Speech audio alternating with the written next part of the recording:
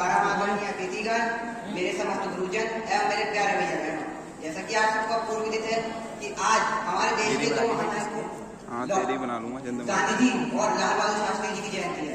इस उपलक्ष्य में आप सबके समक्ष लाल बहादुर शास्त्री जी के जीवन की 2 लफ्ज़ों में कथा प्रस्तुत करना चाहता हूँ। तो एक बार की बात है, जब लाल बहादुर शास्त्री जी के बेटे उनके पास आए और कहा, पिताजी हम तो आपके बेटे हैं और आप इस समय भारत के गृह मंत्री हैं, और गृह मंत्री के बेटे अगर विद्यालय शिक्षा से जाएंगे तो कैसा लगेगा लोगों को, और अपनी इच्छा से ही जाते हैं। लाल बहादुर शास्त्री जी बोले कि बेटा तुम एक लाल बहादुर शास्त्री जी के पुत्र हो, ना कि गृह मंत्री के, और वो गाड़ी मेरी नहीं, वो शासन की गाड़ी है जिससे मैं कार्य करता हूँ, और वो मेरे कार्य के लिए है, मेरे निजी कार्य के लिए नहीं। अब भैया बहनों, आप इसी बात से यह अंदाजा लगा सकते हो कि लाल बहादुर शास्त्री अपने पद और अपने निजी जीवन को कभी भी एक दूसरे से मिलाते नहीं थे, अलग अलग रखते थे और हमेशा अपने कार्यरत रहते थे। अब दूसरी लोगों को कुछ इस प्रकार है। एक बार लाल बहादुर शास्त्री जी के बेटे बोले, पिताजी अब आप तो प्रधानमंत्री हैं, अब हमारे पास एक कार होनी चाहिए। लाल बहादुर शास्त्री जी ने सोचा कि हमारे बालक चाहते हैं कि कार हो तो कार लेनी चाहिए, पर उन्होंने जब अपने पीए से कहा कि देखना मेरे बैंक अकाउंट में कितने पैसे हैं, तो लाल बहादुर शास्त्री जी के पीए ने कहा, आपके बैंक अकाउंट में तो 7,000 रुपए हैं, परंतु उस समय कार की कीमत केवल 12,000 थी जो उनके पास नहीं थी। उन्होंने सोचा कि अगर मैं कार को लोन पे लेता हूँ तो मैं अगले 5,000 रुपए लोन की किस्तों में चुका दूंगा। तो लाल बहादुर शास्त्री जी ने कार ली और पर वो लोन पे थी, तो लाल बहादुर शास्त्री जी ने 1 साल तक तो उस कार की सारी किस्तें भरी। उनके बाद लाल बहादुर शास्त्री जी का निधन हो गया। इसी कारण जो अगले प्रधानमंत्री हमारी बनी इंदिरा गांधी जी, उन्होंने कहा, शासन को मतलब एक पत्र लिखा कि लाल बहादुर शास्त्री जी का जो लोन है उसे माफ कर दिया जाए, परंतु उनकी जो वाइफ थी लाल बहादुर शास्त्री जी की, उन्हें कथा भी मंजूर नहीं था। वो बोली कि मैं इस लोन को स्वयं चुकाऊंगी, और उन्होंने अपनी जो विधवा पेंशन आती थी उससे वो चुकाया। तो इस कहानी से हमें ये शिक्षा मिलती है कि लाल बहादुर शास्त्री जी जो खुद भी ऐसे थे और उनके परिवार भी ऐसे थे। हमें अपने को ही अच्छा नहीं करना चाहिए, अपने साथ अपने परिवार, अपने भाईजनों सबको अच्छा करना चाहिए। हमारे दूसरे महानायक गांधी जी की आज जयंती है, जिन्होंने हमें डू और डाई का नारा दिया था करो या मरो, सन 1942 में, जब भारत बहुत ही बुरी स्थिति में था, भारत पर अंग्रेजों का अत्याचार चल रहा था। तो गांधी जी के जीवन से हमें एक शिक्षा जरूर मिलती है। जब गांधी जी थे तो हमारे देश में सब लोग अलग अलग चलते थे, और लोग सोचते थे कि अकेला व्यक्ति कुछ नहीं कर सकता, पर गांधी जी आए, उन्होंने सबको दिखाया कि अगर तुम अकेले भी चलोगे तो लोग तुम्हारे पीछे चलेंगे। और यही कारण था कि जब गांधी जी दांडी यात्रा कर रहे थे तो वे जहां भी रुकते थे रोज 10 किलोमीटर की यात्रा करने के बाद वहां लाखों लोग उनको सुनने आया करते थे। इसके साथ मैं गाड़ी को नाम देता हूँ। जय हिंद, जय भारत। उसके उपलक्ष्य में मैं आप सभी के सामने कुछ पंक्तियां प्रस्तुत करना चाहती हूँ। सत्य अहिंसा के बल करनी दुश्मन को दूर चढ़ाई थी, धोती वाले बाबा की ऐसी एक लड़ाई थी, धोती वाले बाबा की ऐसी एक लड़ाई थी। मन की ताकत से भी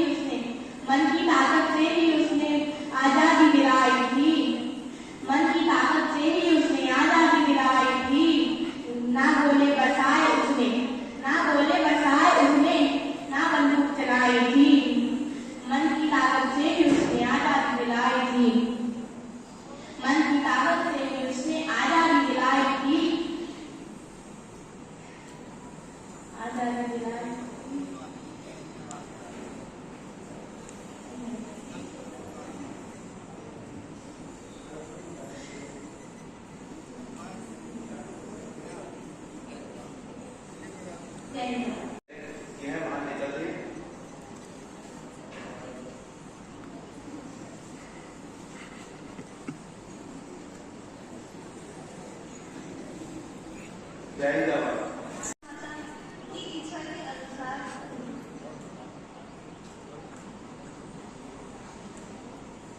विश्व में व्याप्त हो एवं मां सरस्वती एवं भारत मां की इच्छा से यहाँ पर उपस्थित हमें प्रेरणा देने वाले हमारे अतिथि एवं इस देश को भविष्य बनाने वाले गुरु जी एवं इस भारत के कर्णधार भैया, आज हम इस देश के 2 महान व्यक्तित्व एवं 2 महान नेताओं की जन्म जयंती मनाने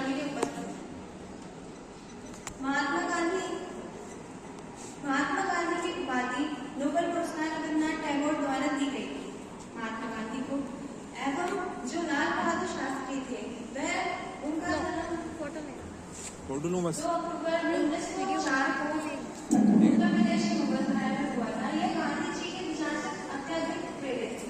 यही कारण था कि यह स्वतंत्रता संग्राम में सक्रिय हुए। इसके पश्चात इन्हें कई बार जेल भी जाना पड़ा एवं इनके द्वारा दिए गए जय जवान जय किसान के नारे को हर भारतीय के दिल में एक अलग स्थान मिला और आज भी वह सक्रिय प्रिय है। इनकी प्रतिभा एवं निष्ठा को देखते हुए इन्हें पंडित जवाहरलाल नेहरू के निधन के पश्चात भारत का द्वितीय प्रधानमंत्री बनाया गया। इनका कहना था building a strong nation is the necessity for a building a strong nation, जिसका अर्थ है आत्मनिर्भरता का निर्माण ही एक मजबूत राष्ट्र का निर्माण कर सकता है। इसके पश्चात इनकी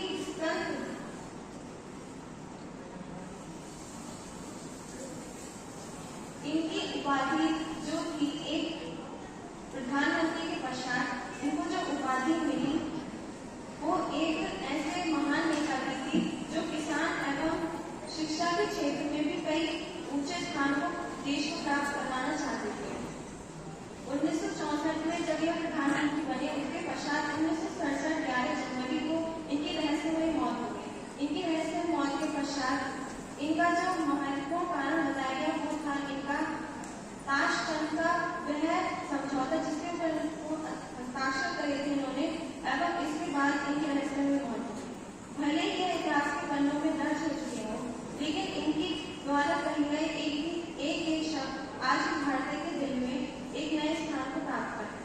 आज हमारे प्रधानमंत्री मोदी जी इन्हें अपना आदर्श मानते हैं तथा उनके नजरिए में इनका एक महत्वपूर्ण स्थान है। आज से कुछ वर्षों पहले हम लाल बहादुर शास्त्री जी को नहीं इतना तवज्जो देते थे। 2 अक्टूबर को हम ज्यादातर महात्मा गांधी जी की जयंती का जिक्र करते थे, लेकिन कुछ वर्षों के बाद अब एक नया बदलाव आया भारत में कि हम लाल बहादुर शास्त्री को भी याद करते हैं और भारत के द्वितीय प्रधानमंत्री के रूप में उन्हें एक ऐसे सम्मान मिल गया है जो शायद किसी को न मिले। इनकी मृत्यु के पश्चात इन्हें भारत रत्न से नवाजा गया एवं आज भी इन्हें वही सम्मान है जो कुछ समय पहले।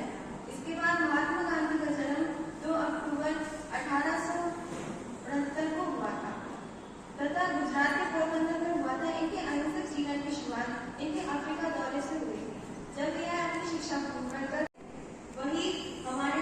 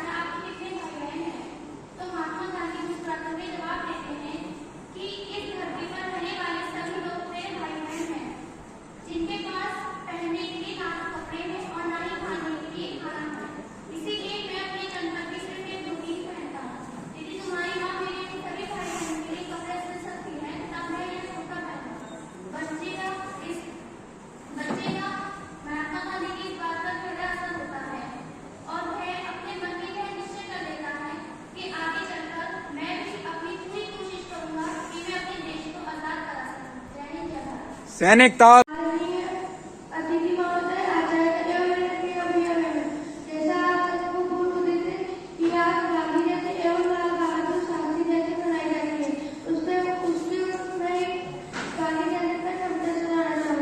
गली